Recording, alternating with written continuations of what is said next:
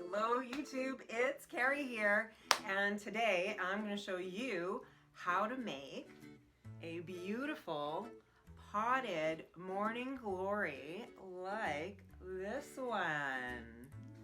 There are many gardeners who complain about morning glories being very invasive, and so they don't want to plant them in their garden because they're worried that they're going to take over the vegetable beds. An easy way to resolve this is to grow them in a container in your house. That way you won't have to worry about all of the seeds spreading everywhere and getting invasive in your garden. As well, this is a quick project that can be done pretty much at any time of the year. It's very easy. You can make a beautiful seasonal gifts with them. The materials are really inexpensive, and actually if you've grown morning glories outside, you know that the seeds are everywhere, so collect some seeds, get some seeds in a swap, or buy some seeds at your local store and do an awesome project like this today. Morning glories are delightful little flowers that come in a lot of different varieties that have different leaf patterns and different flowers. And the seeds are very, very easy to find in seed stores and online. And it just is so nice to have this like pop of color and pop of life on those dreary days. I started these about 7 weeks ago, and it was in the dead of winter when everything was just so dreary outside. And this was like something that really gave a lot of life to my living room. A potted morning glory can add a little bit of extra cheer to your days. Potted morning glories can be done in a variety of ways.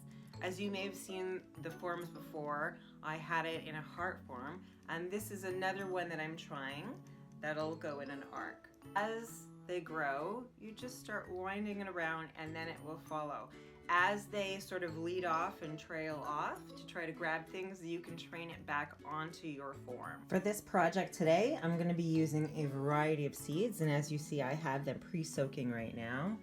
I'll be using Sunrise Serenade, Feather Mix, the Morning Glories from my fence line from my neighbor, and my Imperial Morning Glory Mix. And as you can see, I'm only using a few of those. There's not too many in those. I wanted to show you how to collect seeds from Morning Glory vines. If people grow them on a fence, it's very easy.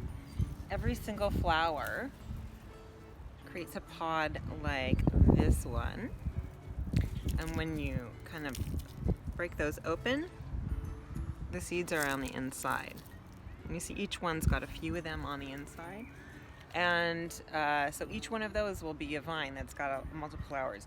So if you grow them once, you grow them forever. So this is why I feel like growing them in a pot is actually a really nice option. So you don't have to spend time weeding them out of your own garden. Doing them as a potted plant can be a really, really great option if you want to enjoy the beauty of the morning glory without a lot of the pain in the neck it can be when it gets out of control. We are going to need a few things for this project. Obviously, seeds. You're gonna need some seeds. Obviously, we're gonna need a container. So I found these actually at the Dollar Tree. They had some really cute ones. I also found this one, super cute, and this one. These were all like $1.25. The other thing that you're gonna need is some pretty decent heavy gauge wire. The way that the setup goes is that you're gonna be making a wire form. You have to make drainage holes in the container. As you can see, I made my own holes. Hammer and a nail, duck, duck, duck, duck, duck, duck. If you have a container like this one that has handles on the sides and you don't want to break the handles, what you can do is you can put a can inside, invert it, and do it that way. You can do like all different types of containers for this. As long as you've got drainage holes, you are good to go. You can start them in soil, or you can also do the paper towel method with these. When they sprout, you then transfer them to your desired container, and that's when the growth sort of like takes off. Because this wire didn't seem super, super strong to me, I'm doubling it up and then doing the form. So you want to make sure you have enough wire. You want to make sure that the form is large enough, but not too large such that it will sway the plant over. I now have my piece of wire, and what I want to do is twist it around itself to just make it a little bit stronger. Just be very careful while you're doing that so you don't like poke yourself in the eye with wire. Okay, we now have a twisted double wire here. And so to make the heart shape, what we're going to do is we're going to twist the end around itself, spread out the tines that are going to be on the base. It's going to be inside the pot for like a little bit. Just want to sort of make sure that it's in the right shape that you want it to be before you are ready to secure it into your pot. If it helps to use some tools, you can do that. Use some stuff like painter's tape or something to actually tape it to the bottom of the inside of the container.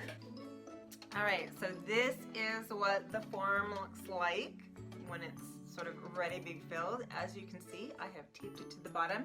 If you're taping over holes, make sure to poke through that little part of the tape so that it can still drain properly. Fill with soil. And plant your plants in here. I've now filled it with some potting soil here, and we are ready to plant. In order to train them, all you have to do is wind them to get them started. Literally as easy as that.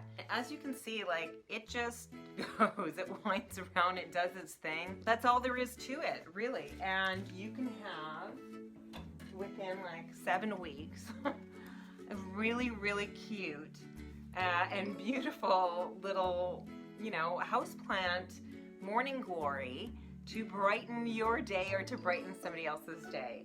So I think you should try this today. If you think that you'd be interested in seeing more subjects like this, please subscribe to my channel and have a great day, everybody. Spring is coming.